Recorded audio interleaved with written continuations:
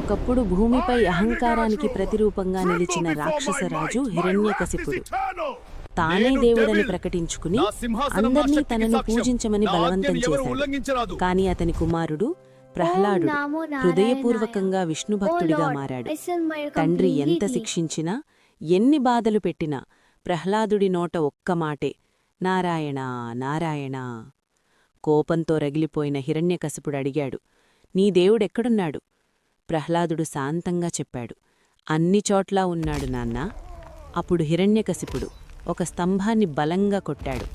ఆ క్షణమే స్తంభం నుంచి ఉగ్రరూపంలో అవతరించాడు శ్రీ నరసింహస్వామి. మనిషి కాదు, జంతువు కాదు, పగలు కాదు, రాత్రి కాదు, లోపల కాదు, బయట కాదు, అన్ని వరాల్నీ దాటి చెప్పేలా అహంకారాన్ని నాశనం చేసి భక్తుణ్ణి రక్షించిన దివ్య అవతారమది. తన ఒడిలో పెట్టుకుని హిరణ్యకశిపుడి సంహరించి ప్రహ్లాదుణ్ణి కాపాడాడు స్వామి.